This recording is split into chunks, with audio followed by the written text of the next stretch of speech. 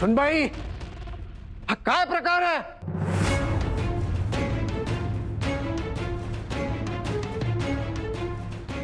आम्हाला हे अजिबात आवडलेलं नाहीये.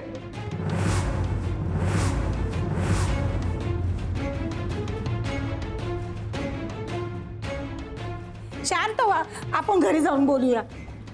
सगळ्यांसमोर विधात्यांच्या घराण्याची लाज काढताना काहीच कसं वाटलं नाही तुला? सगळीच लाज सोडली या मुलीनं. हे कपडे घालतात.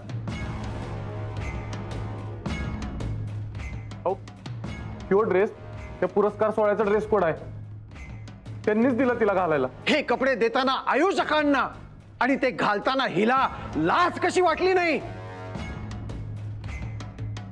एक मिनिट, हे काय बोलताय तुम्ही? तुम्ही आमची लाज काढू नका. हा आमच्या संस्थेचा कार्यक्रम आहे. आम्ही इथे काय करायचं आणि काय नाही करायचं ते आमचं आम्ही ठरवू. मी आज्य सासरा यायचा, ही नाच सून आहे माझी. अहो, हे कसं शक्य आहे? यांचं अजून लग्नच झालं नाही तर आजे सासरे कुठून आले?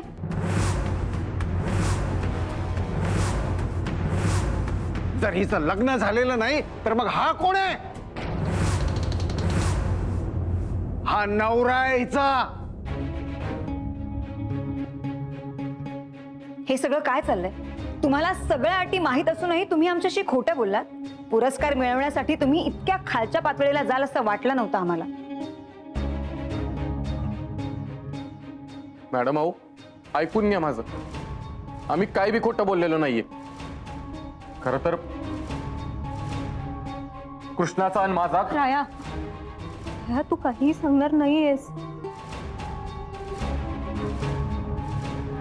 हे बघा मॅडम, आमच्याकडनं तुम्हाला जो काही त्रास झाला त्याबद्दल मी तुमची माफी मागते. मला मान्य आहे आम्ही तुमच्यापासून गोष्टी लपवल्या, पण आमचा नाईलाज होता. तुम्हाला फसवणं हा आमचा उद्देश नव्हता. मॅडम अहो, खरंच खोटं नाही बोललो आम्ही. ही अविवाहित नाही, हे खोटं नाही, मग काय खरंय? मॅडम, तुम्ही मला हा पुरस्कार दिला तो परत घ्या. मला नको आहे.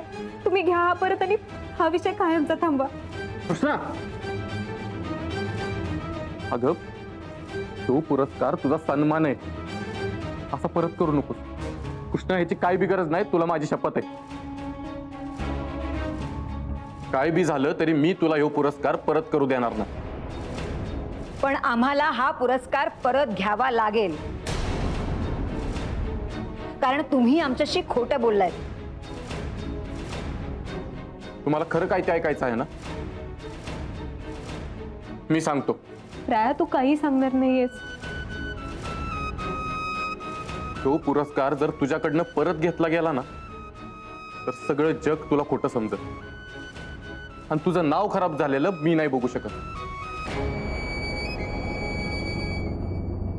मॅडम, कृष्णा खरंच अविवाहित आहे. त्यामुळं ती या पुरस्कारासाठी पात्र आहे.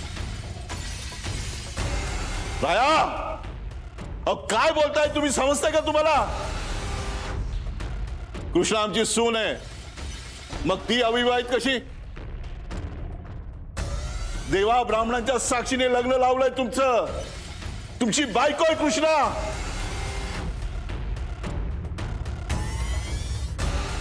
आहे नाही, होती. आता कृष्णा माझी बायको नाहीये. माझ्याशी लग्न झाल्यावर तिच्या जीवाला धोका आहे हे गुरुजींचं भाकीत तुम्हाला सगळ्यांनाच माहित आहे. माझा या सगळ्यावर विश्वासच नव्हता, पण गुरुजींच्या भाकीतावर विश्वास बसावा अशी संकट एका मागोमाग एक तिच्यावर येत होती. कृष्णाचं माझं लग्नच त्या संकटाचं मूळ कारण होतं. माझ्यामुळे कृष्णाच्या जीवाला जर काय झालं असतं तर मी स्वतःला कधीच माफ करू शकलो नसतो. तिचं माझी बायको म्हणून राहणं तिच्या आयुष्यासाठी धोक्याचं होतं आणि तिच्याशिवाय जगणं मला शक्य नव्हतं. यावर उपाय म्हणून मीच कृष्णाला भरीस पाडून घटस्फोट घ्यायला लावला. काय म्हणजे तुम्ही गाडी मोड घेतलाय आणि तरीही तुम्ही एकत्र राहताय? हेच बघायचं आणि ऐकायचं बाकी राहिलं होतं. आता एक क्षण मी इथे थांबू शकत नाही. अहो त्याचं ऐकून तरी घ्या. अहो लई चुकीचं वागलात तुम्ही. आम्हाला तुमच्याकडनं ही अपेक्षा नव्हती. आमचा विश्वास मोडलात.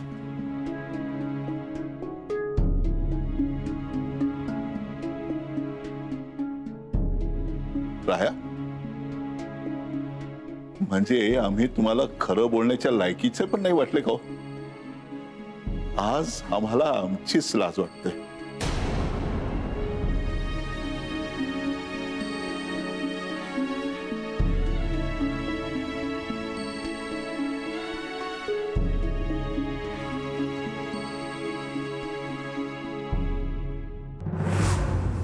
आज कुठं माझ्या जीवाला शांती मिळाली बघ.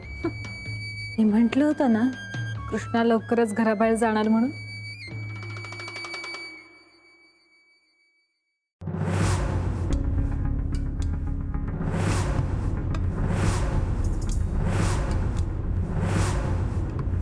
आम्हाला वाटलंच यात नक्कीच काहीतरी काळं बेर आहे. हे दोघं आमच्यापासून काहीतरी लपवत आहेत. आता हे प्रकरण गावभर होईल, अख्ख्या महाराष्ट्राला कळल. काय इज्जत राहिली विधात्यांच्या घराची? विधात्यांच्या नावाला बट्टा लावलाय या दोघांनी.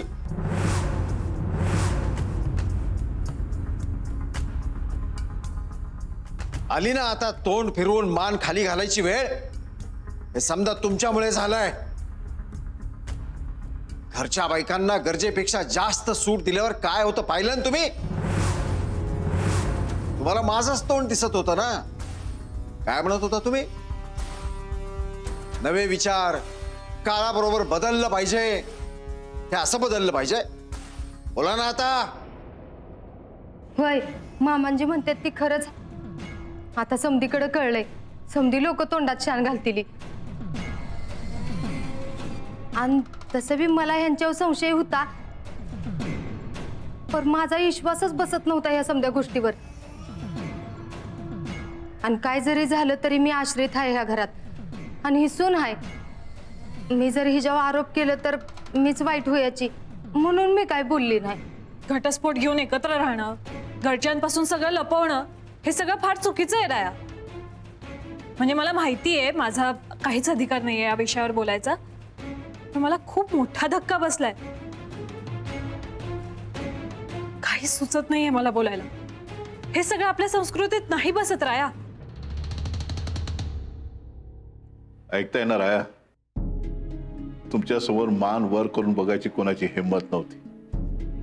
तुमचा एक निर्णय चुकला. आणि बघा कुणाचं आणि काय काय ऐकावं लागतं ते तुमच्यामुळं आमचे आणि आमच्या संस्कारांचे वाभाडे काढले जात आहेत. हा निर्णय घेण्यापूर्वी एक शब्द विश्वासानं आमच्याशी बोलावं असं सुद्धा वाटलं नाही तुम्हाला? आणि कृष्णा, आमच्या स्वतःच्या रक्तापेक्षा आम्ही तुमच्यावर जास्त विश्वास ठेवला. ह्या सगळ्यात कृष्णाची काही बी चूक नाही. तिला नका दोष देऊ. मीच तिला घटस्फोट घ्यायला भाग पाडलं. आमच्याकडे दुसरा काय पर्यायच नव्हता. घटस्फोट घेऊनही तुम्ही एकत्र राहताय, हे फार मोठं पाप करताय तुम्ही. तुमच्यासारख्या नात्यांची किंमत नसलेल्या आणि ते कसंही वापरणाऱ्या माणसांचा तिटकार आहे मला. अशा संस्कारहीन विकृत माणसांशी बोलायची ही इच्छा होत नाही माझी. असं वाटतं यांना भर चौकात उभं करून चापकाचे फटके द्यावेत.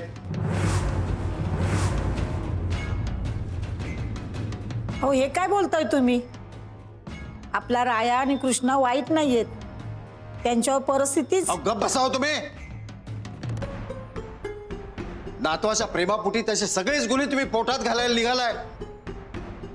आज यांच्यामुळे लोक आपल्या तोंडात शेण घालतील आणि अजूनही तुम्ही यांचीच बाजू घेताय. आणि हे परिस्थिती परिस्थिती काय लावलंय? परिस्थिती बदलायची असते, तिला शरण नसतं जायचं.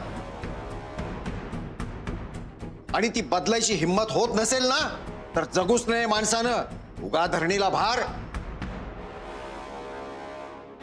भाऊ, खरं तर आम्हाला तुझा अभिमान वाटतोय.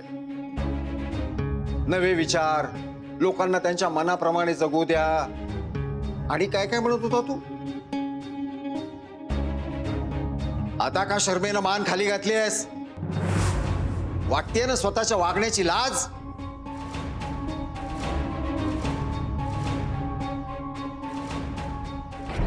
वाटते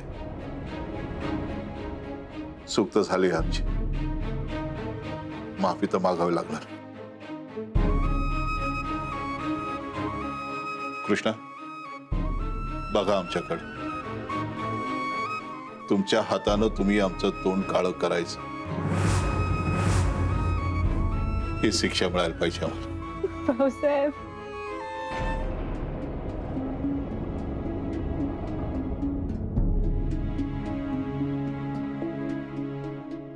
मी हात जोडतो तुमच्या पुढं. ह्या सगळ्याचा दोष कृष्णाला देऊ नका. हो, ती घटस्फोट घ्यायला आणि घटस्फोट घेतल्यानंतर माझ्यासोबत राहायला तयार नव्हती, पण मीच तिला माझ्या जीवाची भीती घालत बरीच पाडलं. तुम्हाला जी काही शिक्षा द्यायची आहे ती मला द्या. उगीच कृष्णाला पाठीशी घालू नकोस राया. तू लाख म्हणाला असतील घटस्फोट घेऊन एकत्र राहावं, पण हिला कळायला पाहिजे ना, ही मुलगी आहे. हिला लाज वाटायला पाहिजे होती. बिना लग्नाचं एका पुरुषाबरोबर राहताना मला लाज वाटते. ही सून होती माझी. ही समद हिने पुरस्काराच्या पैशासाठी केले. हिच्यासारखी गरीब माणसं पैशासाठी कुठल्या कुठल्या थराला जाते ती. गुली मावशी, तोंड सांभाळून बोल. आणि तुम्ही आवाज खाली करून बोला. या घराण्याची अब्रू धुळीला मिळवली ते मिळवली, आणि या घरातल्या माणसांवरच आवाज चढवून बोलताय. चालते व्हा इथून. या घरात राहायचा तुम्हाला अधिकार नाही. तुमच्या पापाची शिक्षा तुम्हाला मिळालीच पाहिजे. चला, निघा निघा. अहो, थांबा. तुम्ही कुठेही जायचं नाहीये. फुलाबाई, तुमची हिंमतच कशी झाली आम्ही यांना घरातून बाहेर काढल्यानंतर थांबवायची? अहो, तुम्ही यांना समजून का नाही घेत? यांनी काय बी मुद्दा म्हणून नाही केलंय. यांचा नाईलाज होता, दुसरा कुठला पर्यायच नव्हता यांच्याकडं. संस्कृतीला काळीमा फासणारा असला पर्याय निवडण्यापेक्षा हे मेले असते तरी चाललं असतं. यांनी घटस्फोटासारखी एवढी मोठी गोष्ट घरच्यांपासून लपवली. खोटे खोटे नवरा बायको म्हणून वागले. घरची सून नसताना सुनेचे सगळे अधिकार घेतले. हे अत्यंत निंदनीय आहे. यांनी मला त्यांच्या घटस्फोटाबद्दल सांगितलं होतं. हे पहा, उगाच त्यांना वाचवण्यासाठी खोटं खोटं बोलू नका. तुम्हाला माहिती आहे आम्हाला खोटं आवडत नाही ते. अहो, मी खोटं बोलत नाहीये. तुमची शपथ घेऊन सांगते, मला हे समज यांनी सांगितलं होतं. गुरुजींनी रायाची पहिली बायको जगणार नाही असं भाकीत केलं होतं. कृष्णाचं रायाशी लगीन झाल्यावर तिच्यावर एकामागोमाग एक संकट येत होती. राया दरवेळी तिला संकटातून बाहेर काढत होता. जेव्हा गुरुजी म्हणालं मृत्यू अटळ आहे, तेव्हा रायाकडं दुसरा पर्याय नव्हता.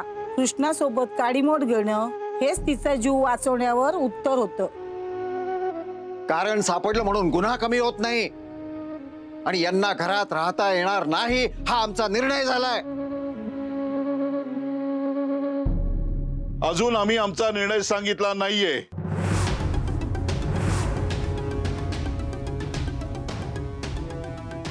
या घरात आमचा निर्णय चालतो आणि आमचा निर्णय अंतिम असतो. आम्हाला या दोघांची हतबलता कळते. त्यांच्याकडनं चूक झालीये, 100% चूक झालीये. पण म्हणून यांना लगेच घरातून बेदखल करणं चुकीचं आहे. म्हणजे यांनी एवढा अक्षम्य गुन्हा करूनही यांना माफ करायचं? हे घर तुझं असेल भाऊ, पण विधाते नाव तुला माझ्याकडून मिळालंय. त्यामुळे या नावाला कुणी डाग लावलेला मी खपवून घेणार नाही. उद्या समाज काय म्हणेल याचा जरा तरी विचार कर. या दोघांची बाजू ऐकून न घेता फक्त लोकांना घाबरून यांना शिक्षा देणं आमच्या तत्वात बसत नाही.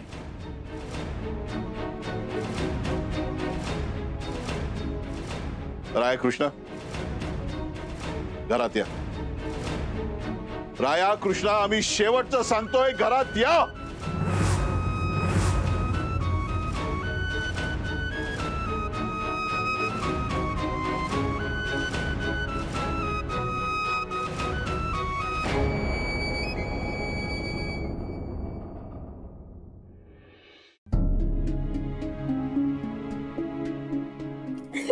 आजी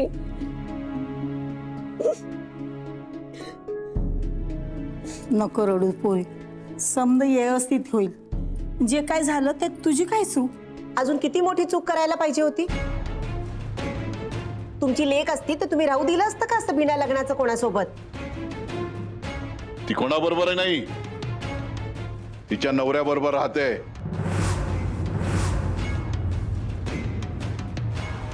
आव पर आता त्यांचा घटस्फोट झालाय म्हणल्यावर त्यांचं नवरा बायकोचं नातं संपलं ना. तुम्ही खूप मोठी चूक करता यांच्या चुका पोटात घालून. अजून तरी आम्ही भानावर राहून निर्णय घेतोय. आमचं भान आणि तोल जाईल असं वागू नका. रायकृष्णा, आम्हाला नंतर याविषयी तुमच्या बरोबर बोलायचंय. तुम्ही तुमच्या खोलीत जा. पोरी जा, स्वतःला सावर, आराम कर खोलीत जाऊन.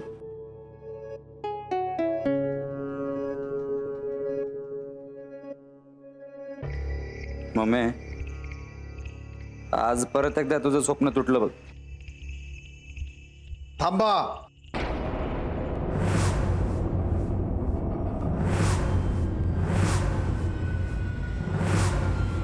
या घरात या दोघांना तेव्हाच राहता येईल जेव्हा हे दोघं पुन्हा लग्न करून या घरात येतील.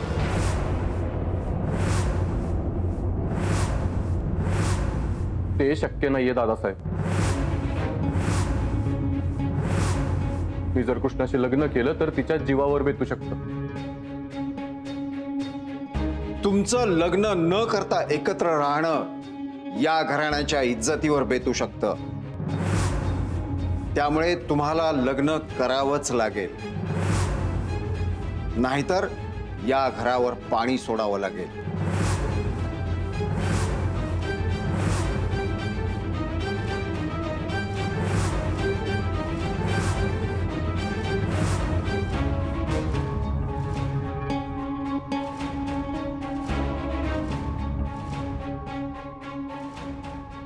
ठीक आहे, मी कृष्णाशी लग्न करून तिला गमावू शकत नाही. त्यामुळे या जन्मात तरी माझं कृष्णाशी लग्न होणं शक्य नाही. मी या घरावर पाणी सोडायला तयार आहे.